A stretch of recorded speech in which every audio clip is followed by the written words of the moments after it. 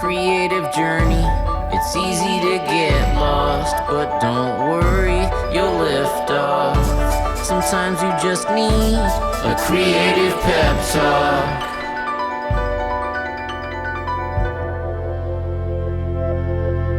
There is a lot of talk about the mental health benefits that come with being creative, making art, making stuff. But I haven't heard a lot of people talk about how creativity, when you have the wrong relationship to it, can actually hurt your mental health. It can be a net negative.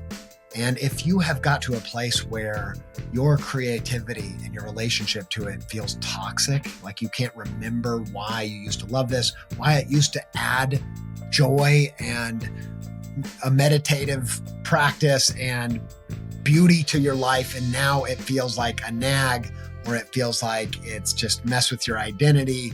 If you have lost the love of creating, today's episode, I think, will really help you. I am interviewing Samantha Dion Baker, the author and illustrator of the book, Draw Your Adventures and Draw Your Day. And we have a great chat. There's just so much to take from this one. And I think it will help you find that joy and relationship to your creativity that can make it more of a positive impact on your well-being, not just in your personal life, but also in your professional relationship with your creativity, if you've got that going on. We talk about falling in love with creativity. We talk about having more ideas. We talk about how to create low stakes, low pressure creativity that allows for your best ideas to come out. At the end, I'm going to come back. We talk about this at the end of the chat. It's a creative call to adventure called The Unchosen Adventure. And I'll come back and just kind of put a cap on that. But this idea, I feel, is a real, not just creative game changer, but a life changer. It is a way to embrace the difficult things in your life with your creativity, to create, to transform that stress from distress to eustress, to stress that is additive in a positive way in your life. So I'll be back to kind of add a little thoughts to that. But for now, here's my chat with Samantha Dion Baker.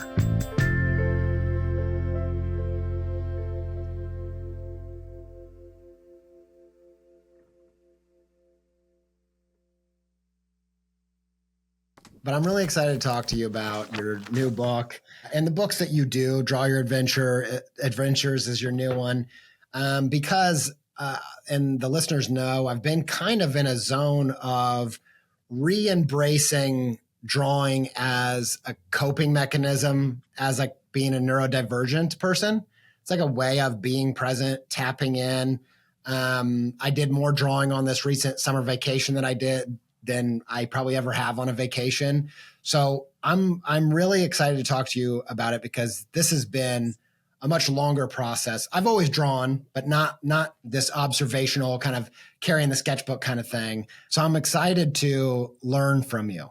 Nice. Okay. Yeah. So tell us a little bit about this like observational drawing habit has become really foundational to everything you do. But I wondered if you could talk about, before this recent stage where you've been making these books and doing this observational drawing as an adult, what was going on right before that, before this entered your life? Yeah, I was a graphic designer for 20 years, and 60-70% of it was in the art world, which was my passion and sort of what I grew up in. And I went to a fine art school, but design seemed practical, and it sort of just appealed to my different abilities, and I just thought I could get a good job. So, and it worked out, and I had a good career, and I worked for myself for a really long time. And then I had my kids. It was just a really interesting time when I realized I was fighting with this desire to keep working, but also be there for them, and what it meant, like, as the mom in the family, and kind of having discussions with my husband about, like, both of us having our careers and how could we support both of us. And it was a little bit of a struggle. I also really, really knew in my heart that the years that mattered were when they started having memories. Mm. I just knew like by 3 or 4, 'cause usually parents and mothers take off time with their newborn babies, and that is obviously very important time. But once they got a little bit older, I wanted to travel with them. I wanted to really be with them. And I have 2 boys. They always felt like sort of different than me in so many ways, Mm. but like these creatures that I made somehow, and like I just really wanted to be there with them and get to know them. And I didn't want to sit at the computer and do this work anymore, but I didn't want to stop being creative. And there's all these stories about women like trying to get back into the Yeah. workforce Yeah. after being home with their kids, and that scared me. And there wasn't a clear plan that drawing would somehow become a new career, but it was a way for me to remember their things Yeah. and also keep myself off of computer screens and with them. I could bring it with me. I could just sit there and while they were playing soccer or when they were doing, homework or whatever, and draw things. There's selfish reasons, but it was also for me to be with my kids. So, and it's a diary. Essentially, it's a diary. So it's compounded. The benefits I talk about it in my books, there's compounded benefits to it, to my practice, and that is just really being present, seeing and absorbing what's happening in the moment, getting better at drawing through a regular practice, which is something I just really wanted to do. I just wanted to get better. And then and then having a diet, like a log of their lives in my life, Yeah. having something to reference and look back on. That makes tons of sense. The thing that sticks out for me is everyone has this relationship to creativity. We all have things that get in the way or temporarily derail our relationship to creativity. And I don't know about you, but for me, the times that I've felt really derailed, I have this tendency, this kind of all or nothing thing that says, I want to go from 0 to 60. If I'm going to get back on it, I want to go all in.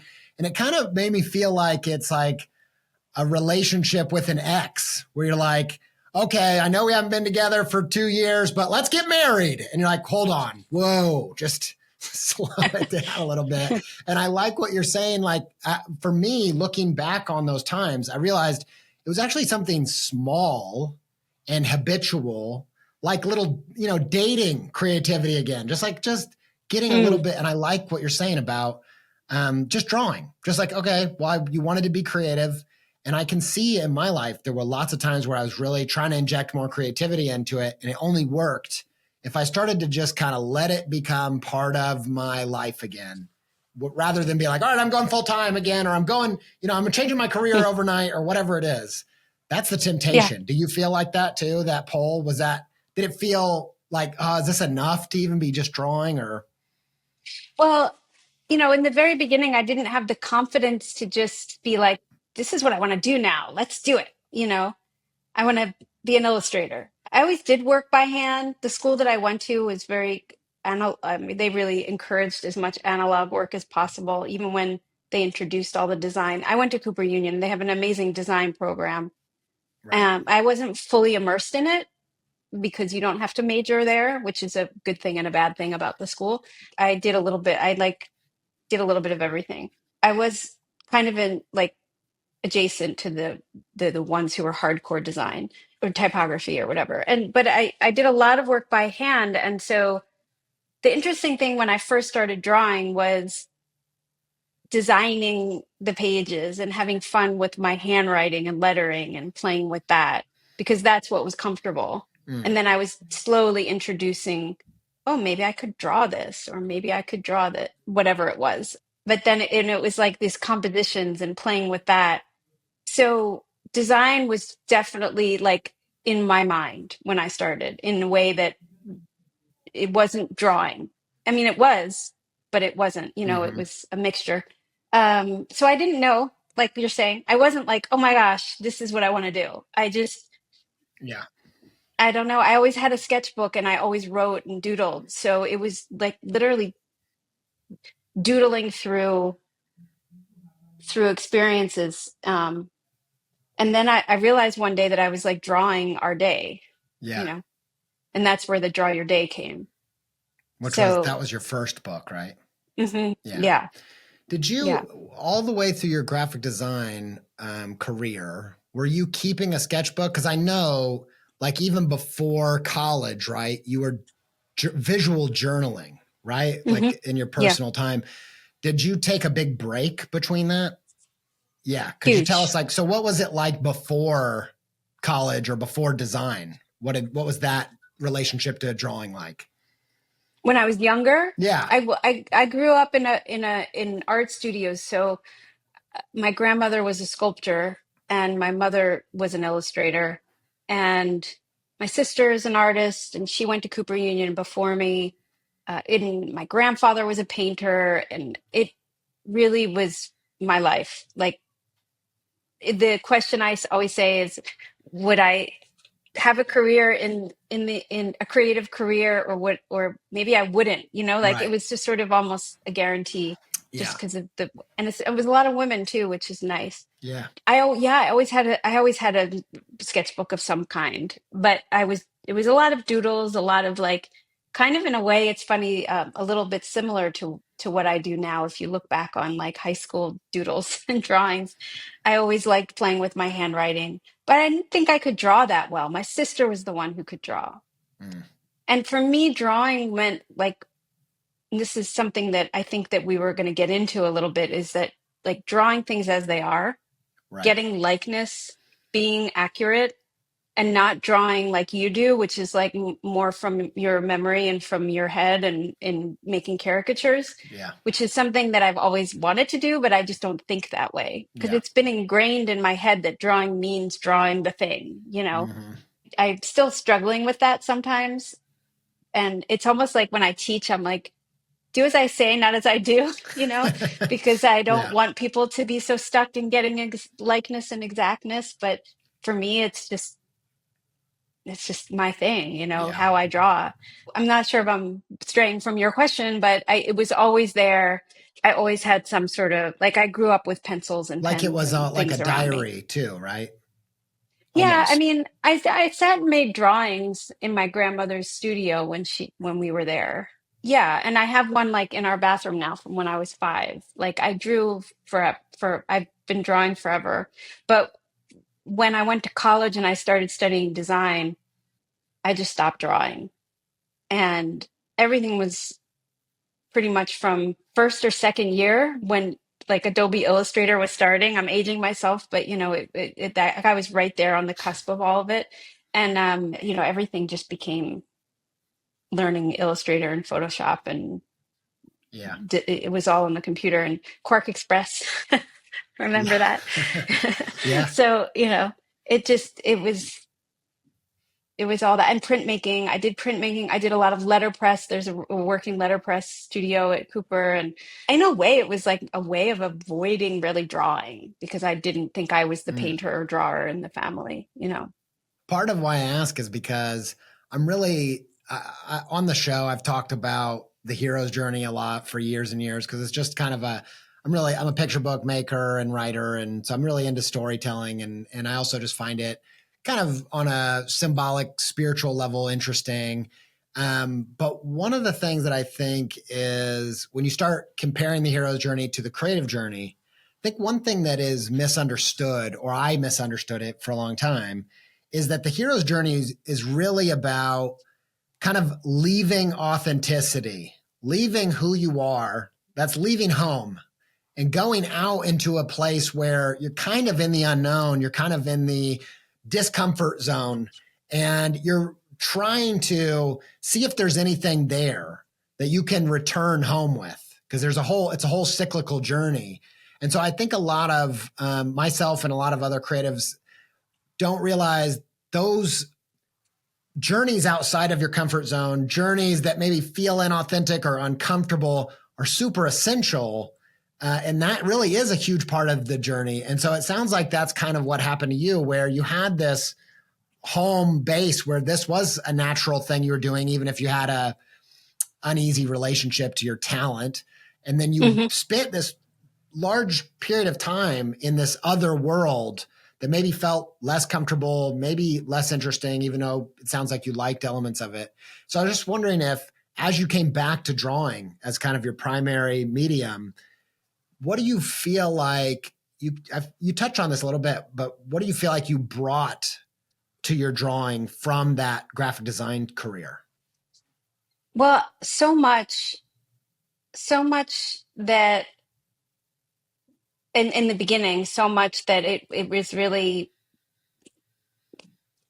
more about one thing than the other, Right. more about the design than the drawing. But I think that doing just basic principles of this natural sense of composition and balance and color. There's so many things that I feel like are significant from that time in my life that it's subtle and I take for granted. So I don't know, Mm. I talk about things like, oh my gosh, obvious, but it's not obvious to everyone. It sounds like, Yeah. as you're saying that, I'm thinking it sounds like being in design where representing something in a realistic way is almost never the goal. What the goal ends up being is aesthetic and communication and all doing all of these things outside of needing this very narrow skill that you felt like was the end all be all of making art. It sounds like it gave you a bunch Right. of tools and a bunch of different ways to think about the value of something aesthetically or in terms of communication or connection that didn't mean you had to be this, master of representation in your work. Yeah. It didn't. And everything I did before I started drawing the thing or people, ooh, Yeah. people, um, uh, it was never about representing anything. It was just, yeah, like I said, colored balance, composition, you know, the design of the thing. And it's interesting too, because the work that I find I want to hang on my walls and be around in my world are not perfect, realistic drawings of things. The drawing for me, and I'm sort of going in another tangent here, but it's related. It is that the drawing for me is a feeling, right? Yeah. It's like pushing myself in a way. It's seeing if I can do the thing and seeing what I can accomplish and going through and actually almost like getting addicted to those feelings of like ick of like oh my oh no like I just got addicted to it, like how Yeah. could I, when would I be satisfied, and how can I keep pushing myself. And this last year I had a photograph because I love photography and I take a lot of pictures, and I took a photograph of a guy like whizzing by, and then there was a vase in front of him that was in focus, and I was like, can I draw that? How can I paint that? Like I just constantly want to see if I can paint the thing or draw the thing. And but it's not about selling it or the result or appealing to anybody else other than like going through that process in my sketchbook. Yeah. I do share it, so it is for an audience, but I never intend to sell any of it because it's all part of my memories in my life. So I'm totally going on a tangent No, here, this is but great. This is great it's it's because it's like I think you're getting at something very interesting. I think I am too. But the design and all of those skills that I had before are like very separate to these little challenges that I give myself on a daily basis in the drawing. Mm-hmm. But within the framework, it's still all like, I need to make sure that the page looks finished and it's framed and has a nice composition and there's a color balance and so I'm kind of caught between the two. It's an interesting thing. And I think that's why I've been able to publish books and have my work stand out in some way, because it kind of does all these different random things, but it's still just a journal. Yeah. You I know? think you're capturing I think there's two really, really essential elements for a creative practice to work. I think you have both of them. The one I think you're talking about right now is the enjoying the process. You have to, this ideally, it's something that you are getting inherent value from the process of doing it. And then there's this Right. other side that I've heard in your books you talk about this, which I think is about, like you say, a feeling, but it's about, to me, it's about taste. So it's not about skill. It's about, do you have an eye for pictures? And I don't just think that means aesthetically. I mean, I think it means knowing, like you say, what to take the image of, what tells the story. And when you say that you don't have an audience in mind, the only challenge I would say to that is, I've heard you say something that's almost contrary to that, which is your audience is you in the future. And it's you in the future, and you're trying to do something for that person. What do you think? Does that sound true to you? And if so, what do you think you're trying to do for future you with these drawings? Oh gosh, some of it's really just practical. Like Right. I'm going to the place, I have a bad memory. I want to remember, the place where we ate dinner. Whatever. Like some of my pages on travel and when I'm exploring a new place, it's just that simple. So it's Yeah. for my future self to be able to reference later on, or to reference for other people. Like we were in upstate New York a few months ago, and we went to a restaurant, and I was like, I think I've been here.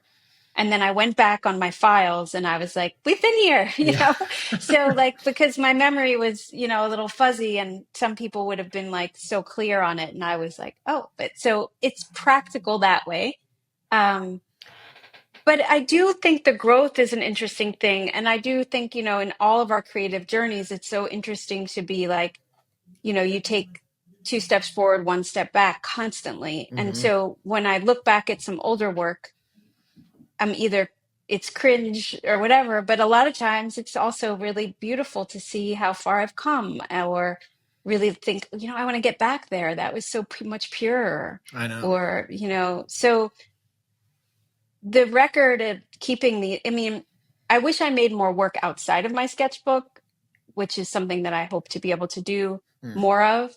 It's an amazing thing because I've been able to monetize and make something for other people out of this pure, authentic, just throwing it out like experience every day in my sketchbook. That is like, if I couldn't write books about it, it really would just be like time and time and time of pure, just art for art's sake kind of thing, and just getting it out, So, but I've got the Instagram, and I've got I've been able to do something with it, which Yeah. is kind of awesome. So, I want to add one thing here. I want to push you on this because I think there's even more stuff going on here where you're saying it's practical. It is practical what you're doing in terms of like, oh, you want to remember this. But I think there's there's a real editorial eye in the things that you choose to what? capture in order to create that memory, which is I like to think of illustration. My favorite definition of it is writing with pictures. And it feels akin to a great novelist knowing which specific details to hone in on to make something come alive. And you're doing that, yes, for your future self, but you're Mhm. also doing that for an audience by you're having this like empathy for future you of like, what's going to make this memory come to life? Because you don't often capture the obvious stuff. No. Yeah. Could you talk about the mural that you painted when you dropped your son off? Because I feel like that Mm. really highlights this idea. Yes. This is really important part of my work and my message for other people too. Yeah.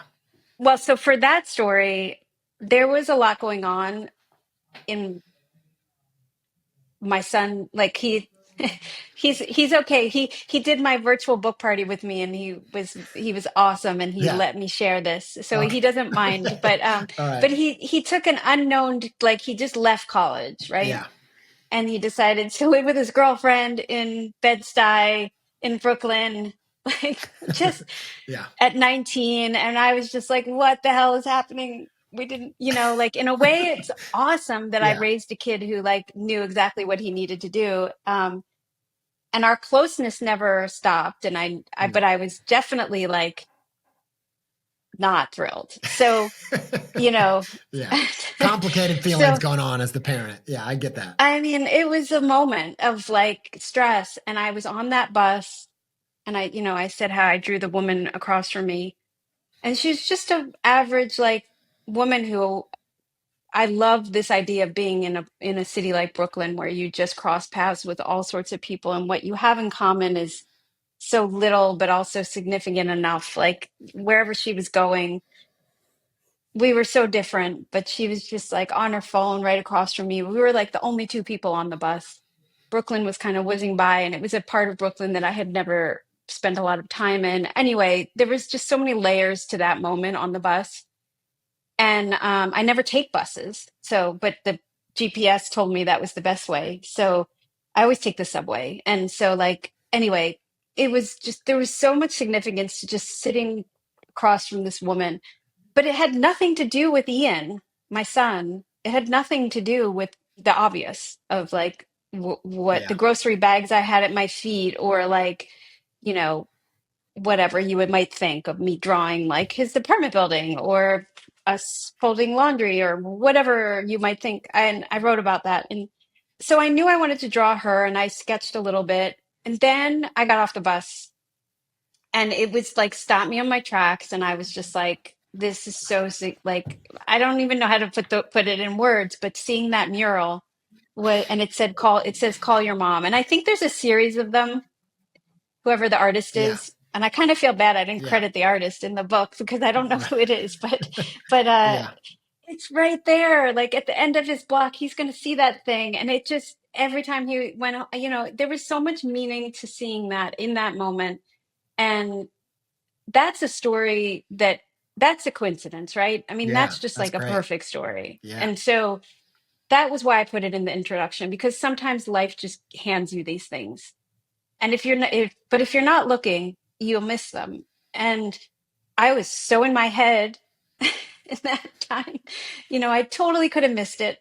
I just feel like that's the thing that's so significant about my practice that I want others to see. It doesn't matter how you draw it, but life hands you these things that are, whether you're writing about it, drawing it in the abstract, drawing it the way I draw it, exactly pretty much as it was, like however you express it, you want to hold on to certain things like this. Yeah. Like it's just a moment that you need to reflect on in some way and not let it just pass by. And however you slow down and do that's why I say it doesn't matter how you draw. And I stress that all the time. And it's a hard thing when you draw in a certain way, and it's so practiced, and it's by somebody who's been drawing for 50 years or whatever. 52, and I literally probably have been on and off for my entire life. So like it's hard for me to say, well, you don't have to draw like me, but here are my drawings. Yeah. So that's kind of a weird place, but that's not what art is about. I went to a fine art school where the goal was to create art in a unique way, like ego. Like you want to be different. Like you don't want to paint things like everyone else in the room. Yeah. So like it doesn't matter how you express it, but the storytelling in these moments and savoring it and sitting with it and thinking like, wow, you just have to trust life. Some things are just, and obviously he's doing amazing, and he's back in college and everything's okay. And it's just like, you can be so anxious and miss these things. So I don't know. That's I love it. I'm going to show, just for people that are watching on YouTube, here is the bus drawing of the person that was on the phone. And this is the call your mom mural. And I love that moment, knowing here's this mural at the end of his street. He's going to see it all the time. It's such a movie moment.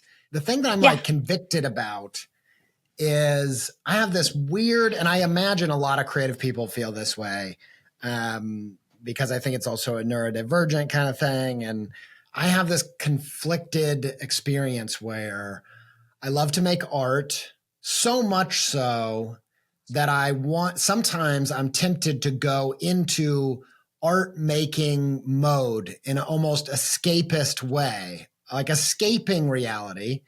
And Oh yet I yeah. know that my art is at its best when it's pulling from a present life. And so there's this, and that's such a challenge for me to be present. And so I love Hmm. that story because, like you said, 9 times out of 10, me in that moment, I'm going to miss that. And yet, Hmm. this is the thing that really is going to make your life, your art, have life to it.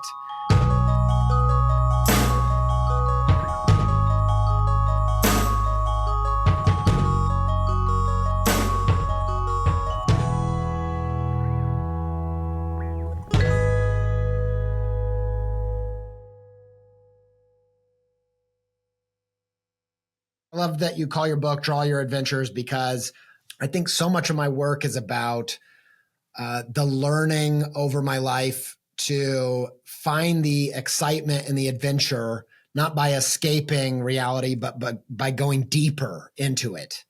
And Mm. so Hmm. it's kind of, I thought of this when I was looking at your work and reading the book. I was thinking like it feels almost like the opposite of that phrase from the movie Up, that this idea of adventures out there, but adventure is right here. It's here if you will look for it. And I've found in my recent times of being a little bit more diligent with the sketchbook, I'm more tapped in to that if I will Hmm. give something a moment of attention. And I think your Exactly. book really gets at that. Yes. Yes, that's the key. I think that when you're drawing from memory and from your imagination, there's such a presence to that. I mean, and it is art making, just the same Sure. abstract Yeah. work and everything, Yep. but the benefit of drawing what you see and what's actually happening in the world gives you a, like, it's a kind of like another practice. It's another Yeah. way of making art, but also being present. And I spend a lot of my time looking for the things and really, really in tune to all these stories that I can tell in unique ways, because our our lives kind of get boring and they all blend into the next. And where Yeah. did the week go? And all of that kind of concept of like, oh my gosh, it's already October or whatever. You know, there are ways of slowing time in a way and really being present. And it doesn't matter if you're going to sail across the country or you're going to the DMV to like sit there in the waiting room for 4 hours. There's something to notice. There's fascinating people right in front of you that are in, especially in New York City, like there's so much to pull from in the everyday. Absolutely. It's just a I'm like really just be sitting with it. And it doesn't matter what you choose. So like let's say you're sitting at the DMV, for example, and that's what my book I'm trying to do. It's like there's like I don't know, I think I had a list of prompts for something like that, like adventures that you don't really choose, Yeah. but choose necessary appointments. Let's just say you're drawing somebody the shoes of the person next to you to like the sign that keep flashing, or you're commenting on the how the person on the, like, it's like the noise of the person calling out the numbers at the like Yeah. whatever. It's just sitting there with one thing is will bring you back to that moment, no Yeah. matter what it is, Yeah. because you're really just sitting with it. And so for me it's like, well, sometimes it is just like the monument or the pretty vase of flowers, or like the obvious nice thing that, because, oh, and I talk about this too, what you want to draw and what will bring you back, finding the balance in those two things. Can you say more about that? I love to draw shoes. I love to draw hands. I love to draw people from behind.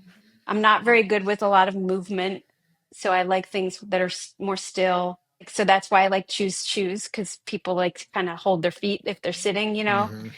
But that's not what you would choose, right? So it's what each person is gravitated to, like what catches their attention and what they think they would want to spend time drawing. So that's a personal choice. Yes.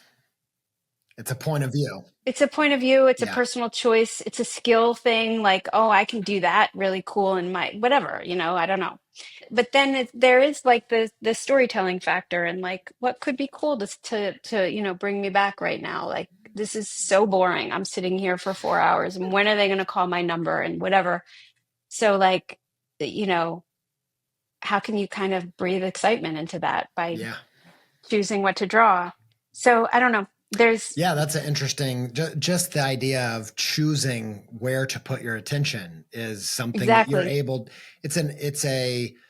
You're exercising even some agency by doing that, and we Hmm. don't really feel like that when you're stuck in the DMV. You feel like there is no Mm-mm. agency. I'm stuck at the DMV, and now you're Yes, just like, yes, actually, I true. am doing something. And the other thing I like about that is, I have a side of what I do is drawing, side of what I do is writing. And I think the same, even Hmm. if you don't draw, you can do the same thing with writing. I've found that Absolutely. my temptation when I go write is, all right, time to write something funny or profound or clever, whatever. Like now it's time to do that. And I've learned, I'm not always excellent at this, but it's a discipline. I've learned, write something true that happened. Try not to embellish it at all initially. Just Mm-hmm. and sometimes I'll just do it from a memory. This has happened a bunch of Mm-hmm. times. And a lot of those things have turned into episodes of this show where I'm literally just like, okay, pick a memory that comes to mind. Okay, I remember being in West Virginia when my mom lived there, and there was a kid on the playground that used to watch our TV from the window. And we were always like, what is the kid doing? And I said, I'm going to like write this really descriptive thing. And then you'll be surprised by your brain having opinions on it, your brain Hmm. having You a point create of your own view. And story. yeah. Hmm. And so there's something that happens by just being there and observing. It can Hmm. kickstart all the other things you want in your Totally. art. Yeah. I remember the first time that I realized that I was drawing the dogs waiting in New York. Yeah. And then that was the theme, the dogs waiting. Mm.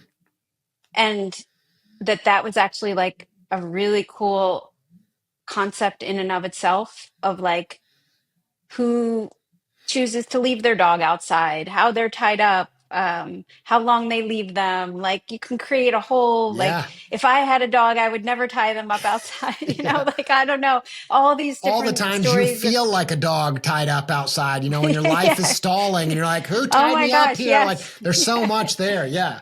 I love it. And then the personalities in these dogs, like, there's so many levels of it. Like, oh, they're, and I create like these little voices in my head of how their voice would sound and how some of them are just so anxious and they can't keep their eyes off the door waiting. And then some of them are like, oh my gosh, I've been here, woo, for an hour Yeah. and whatever it is, so many different, like you could just do so many like comic strips or different for me, I just like draw them as I see them, but then they like I know that the stories are there and I just want to keep drawing them and I want to have like a whole book of them, choosing of that thing and and the stories that you can create. Maybe I need to like partner with with you on like, here, now write a blurb for each, like whatever. Yeah. I don't know. I could do it myself probably, You but I could. wouldn't. I don't know. Yeah. I mean, there's so many stories you can make up on something so yeah, so I, simple. I love So that because it brings something to mind that I would say a lot when I would teach a class here locally with college age illustrators. And one of the things I would say is take note and embrace what you want to draw, what you find yourself gravitating towards. And when I say, why did you choose that? You can't say because it's cool. It's cool to you. There's a reason. Pull at that. right, Go deeper in right. that. Trust it. That taste for this aesthetic or this item or whatever, it's connected to something. And as you like choose it and trust it, you will start to find like, what is it why am I gravitating towards this? Or you'll start creating a story around it, even if there wasn't something there, because you're like taking action, right? Hmm. And I think you do have, that's where I think so much of your voice comes from, just letting yourself be magnetized to the things that are drawing you in, and then trusting that. I think it's so true. Did you, when you were talking about, we always end with a creative call to adventure. It's a thing you can do with the ideas from the episode. I think it'd be great to end with something on this idea of the unchosen adventure. I love this idea. You mentioned it briefly. Could you talk about like, how do you go about embracing the unchosen adventure through drawing? Maybe you could explain what the unchosen adventure is a little bit more, and then how drawing kind of helps you connect with that. Oh, sure. Yeah. Well, we all have chores and things that we don't really want to do, whether it's Yeah, we do. taxes to laundry to emptying the dishwasher to going to the doctor, and some people have to have like regular doctor's appointments for a reason. You can take unfortunate situations and bring creativity to it and pull out something that, excites you each time. Like, let's say you have some, I don't know, unfortunate diagnosis, right? I don't Yeah. know. And you have to go to a series of doctor's appointments. Maybe there's a way of actually getting yourself somewhat excited about that because you have a creative project in mind. And I know that sounds crazy, but it's actually possible if you're looking for Yeah. it. Each time you go, you draw the same thing, which is like, you could do a series of like your feet crossed at the looking down at your perspective drawing or whatever. Yeah. You could draw like I don't know, maybe there's like a little vase of flowers or any, really, honestly, that's the thing that I was saying before. It doesn't matter almost what it is, but Yeah. it's just the thing. And then you create like a series of it. But it can also be something like, I've seen a lot of people drawing their dirty dishes. My sister did that. She did a whole series of paintings and they're so cool, so beautiful. Yeah. So it's like call to action there would be, like the things that you just don't really want to be doing. How can you make it so that you kind of want to do it because you're going to have another chance to create this thing? And creative series are amazing because you see the progress over time. You watch yourself evolve and change. To do this for 30 times, that's why like the 100-day project is so popular, those kinds of things. I don't do them because I kind of already do that all I'm the hard time. hard Yeah. on myself already. Like I do the there are so many ways of breathing excitement into the most mundane Absolutely. And situations. I So love this idea too, because again, my hero's journey obsession, one of the things that Joseph Campbell would talk about is this idea that most heroes are reluctant heroes, that very few people would choose to go on an adventure because it's uncomfortable. It's, it requires courage, all that. Most heroes get thrown into something they didn't really choose.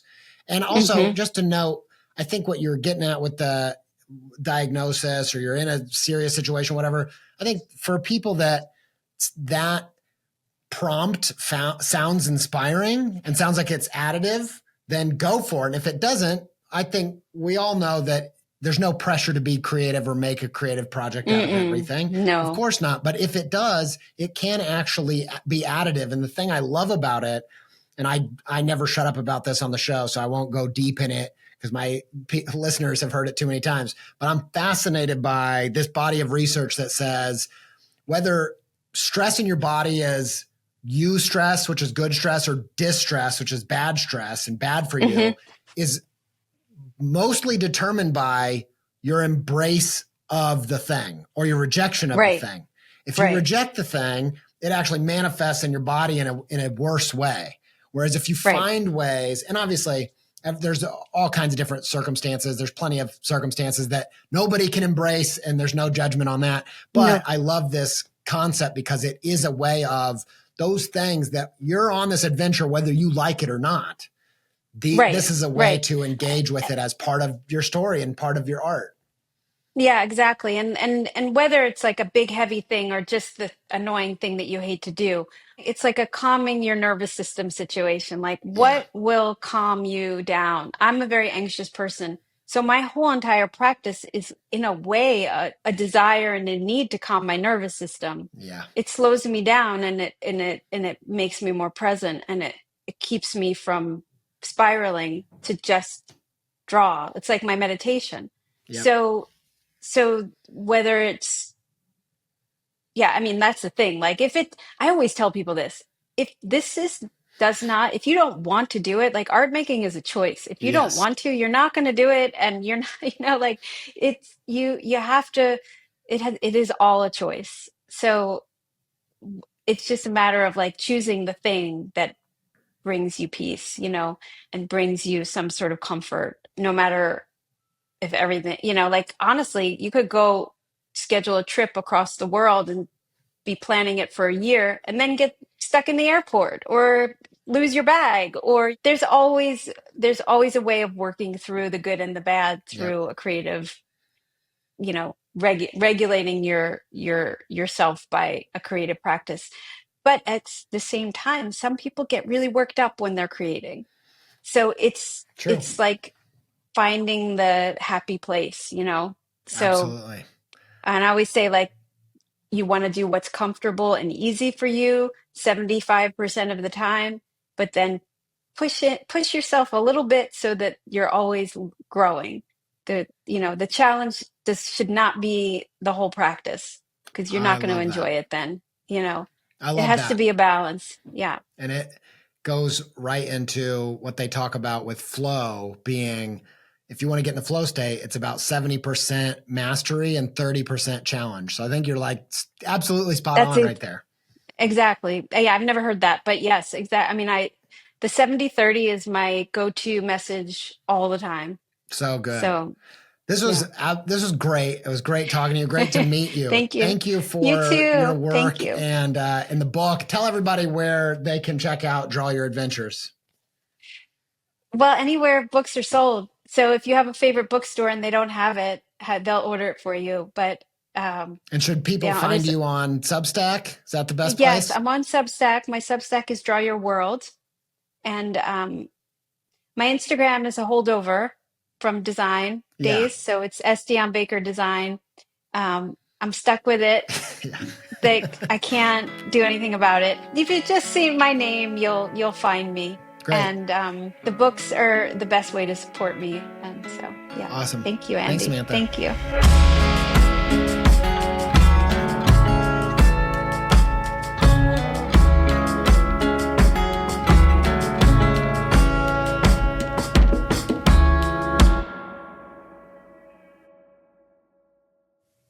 I'm not going to add too much here because I think we did a good job exploring this in the episode. But the CTA this week, your call to adventure is to embrace the unchosen adventure through your creative work.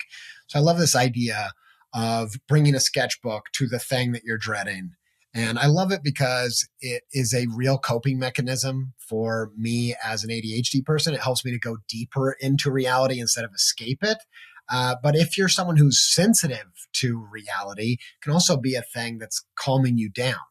And so if you have things in your everyday right now that just feel like they're getting in the way of the life that you planned, could you potentially inject a little bit of creativity in that space? Because not only will it perhaps help you choose this unchosen adventure and give you a little bit of relief by embracing this as a reality in your life, but also it will help you find some creative inspiration.